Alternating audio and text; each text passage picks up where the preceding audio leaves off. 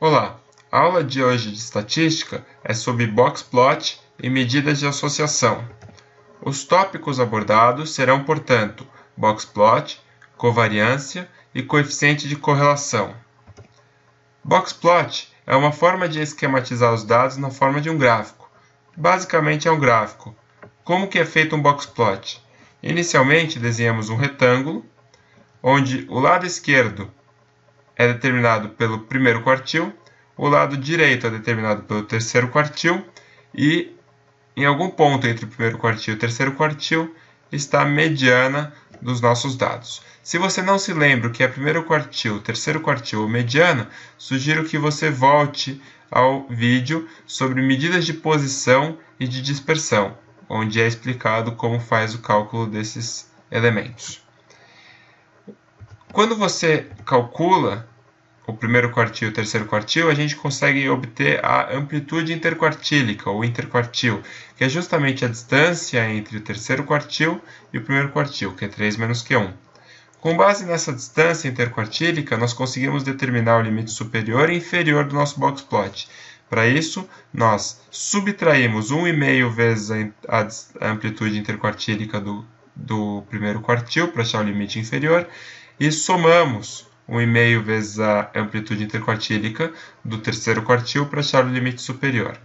Se ainda houver algum dado na nossa amostra que esteja fora do limite superior ou limite inferior, nós representamos esse outlier, fora dos limites, por um ponto, uma estrela, algum símbolo fora do nosso boxplot.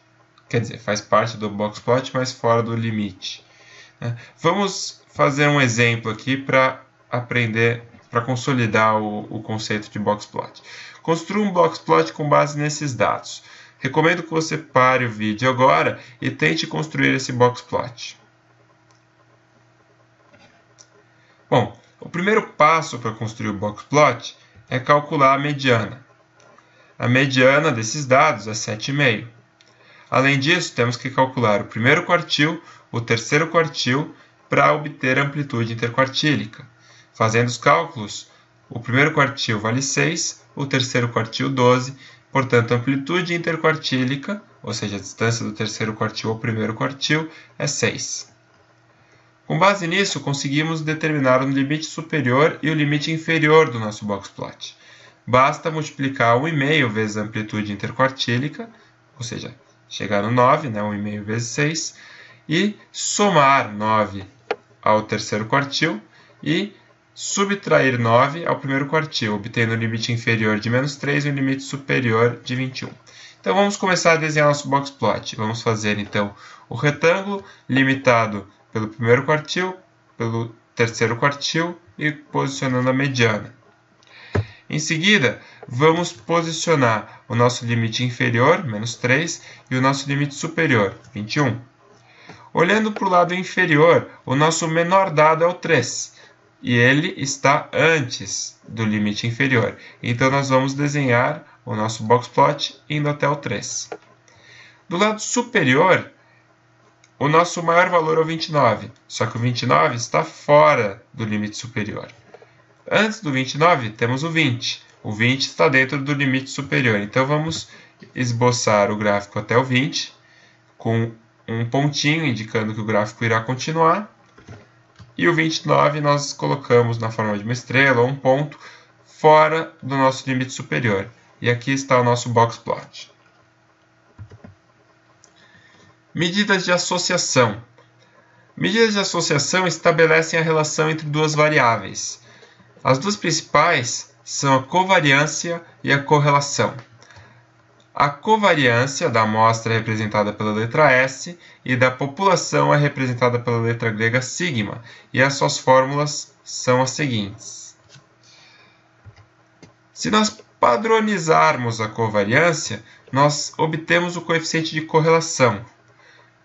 Como o coeficiente de correlação é padronizado, ele varia de menos 1 a 1. A correlação da amostra, então, representada pelo R, é dado pela covariância dividido pelos desvios padrões da amostra. E a correlação da população, representada pela letra ρ, é dado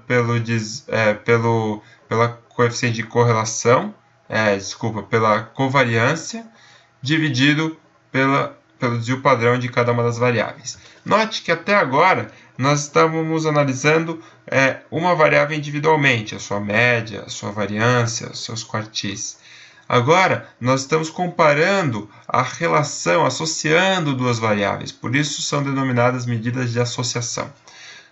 Vamos ver qual que seria a interpretação gráfica disso. Se nós temos uma covariância positiva, ou seja, uma correlação próxima de 1, então x e y tem relação linear positiva, ou seja, conforme eu aumento o x, y aumenta, uma correlação positiva.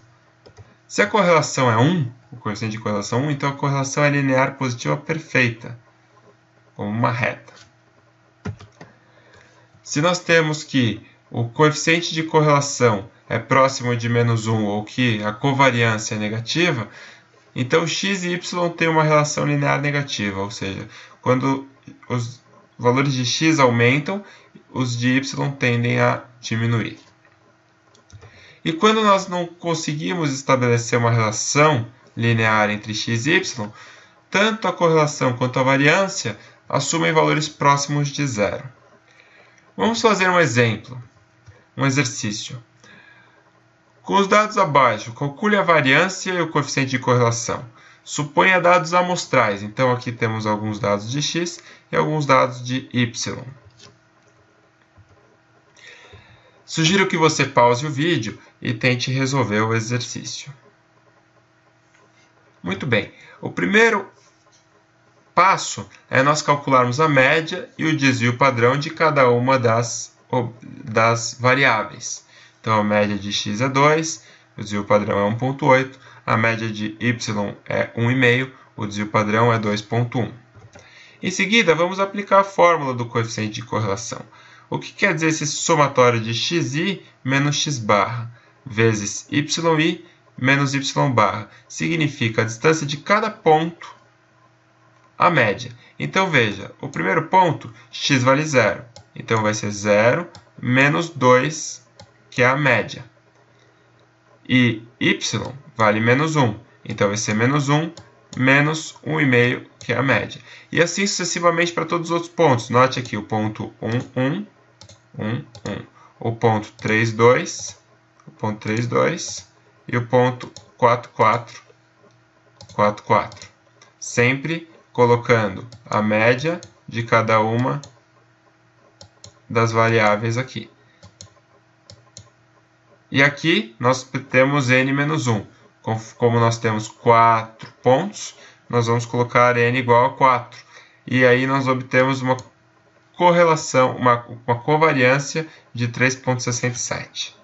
Em seguida, podemos calcular a correlação, dividindo essa covariância pelos desvios padrão, ou seja, pelo produto dos desvios padrão.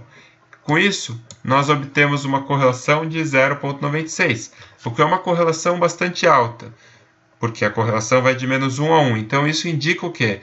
Que x e y são variáveis relacionadas que possuem relação linear positiva, ou seja, quando x cresce, y cresce.